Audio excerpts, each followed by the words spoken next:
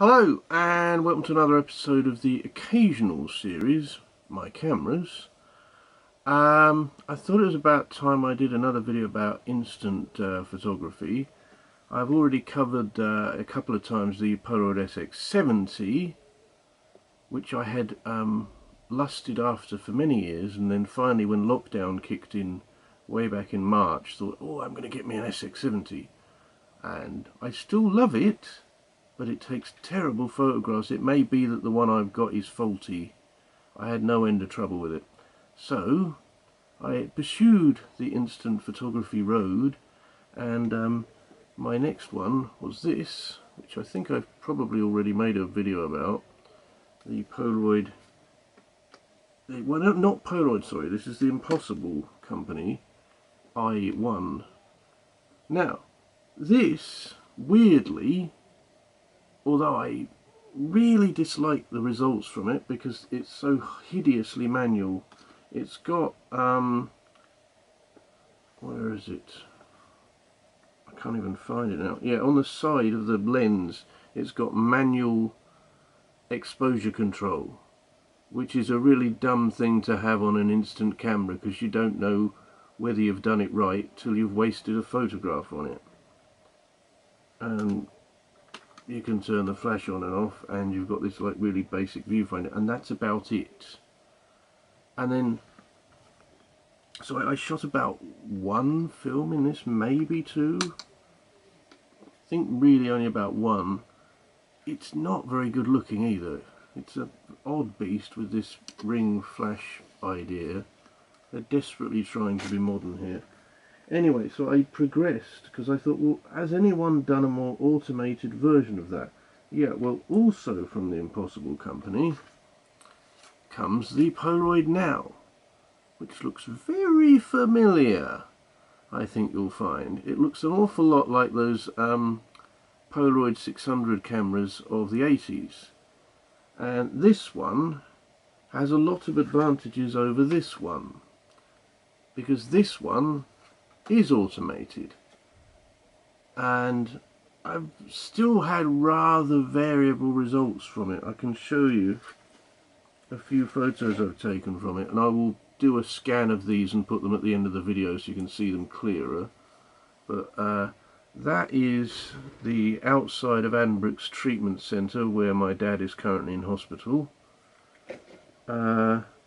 Then I had a day trip to Covent Garden area of London, and that's the photo that came out the best. It was really early in the morning, about 9:25 when I took that, and there was this area of Covent Garden that was bathed in something. Then I took a couple inside the London Transport Museum.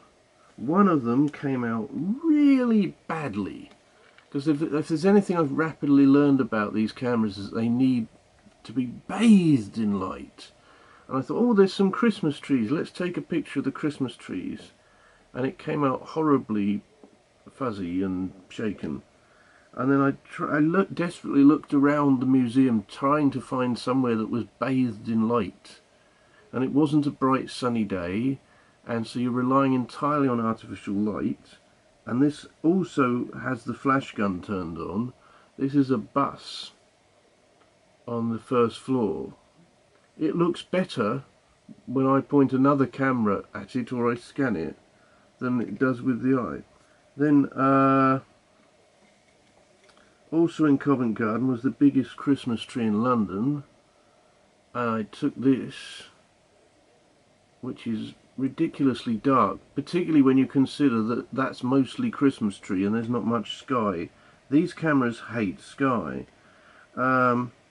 Also, after I'd been to the theatre, I came back via Piccadilly Circus station, so I took that in Piccadilly Circus. That is a very colourful set of HD, massive HD screens to the eye. To the Polaroid camera it comes out practically sepia. Earlier that day I'd arrived via King's Cross station. Here is the Christmas tree in King's Cross station. The only bit of this picture that's come out properly is the ceiling. Then we get a few examples from elsewhere. We had the 1 day of snow, it didn't even last a day, on the 4th of December this year, and I took that out my window, which is relatively respectable. Way earlier than that, and this has got a horrible shadow over it, but this is lit purely by sunlight, is that taken just behind me in my room over there. I don't know if I can even point at them, but where I've got my Doctor Who models anyway. And then finally, from a walk round Cambridge city centre, this was the best result of that day. This was a bit of a dull, cold day, and that's some shops down Rose Crescent, because I was desperately trying to find somewhere that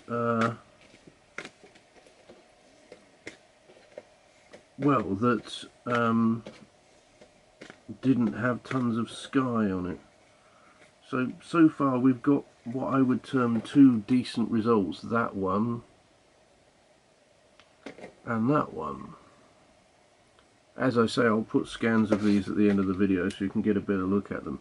Now, I was going to end this video by putting this on a tripod, as a gorilla pod, and taking a selfie with it, only to discover no tripod. Oh, whereas this, which isn't as good, has got a tripod hole. So, I'm going to have to improvise something involving a window ledge. So, the next thing you see will have been taken 15 minutes after, because it takes at least that long to develop a photograph from this thing. So, I've only got 1 shot left on this camera, on this particular film. Guess I should use the flash. I guess so, even though I've got all this light coming in from the window. And we shall see what it literally develops. 15 minutes and 1 selfie later. Well, 15 minutes have elapsed, the mobile phone has beeped, and you join me in expectation, and I haven't seen it yet. We shall see how good a selfie the Polaroid Now takes. It is currently held carefully in place, as all photos from this are, with this. So I guess I might as well reveal it on camera.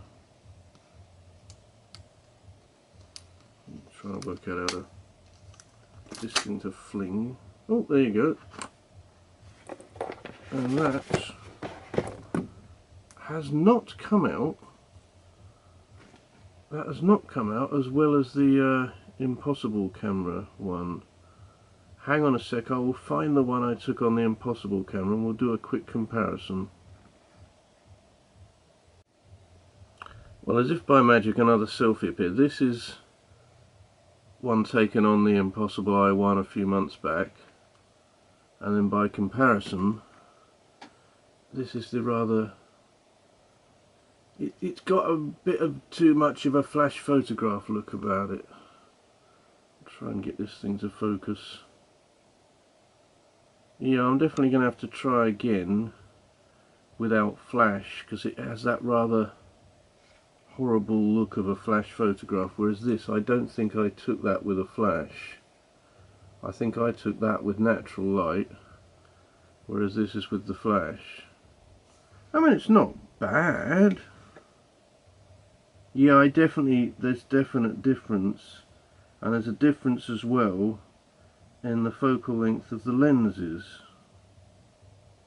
So yeah, it's a fascinating comparison. Ooh, would help if I got them the right way around, wouldn't it now?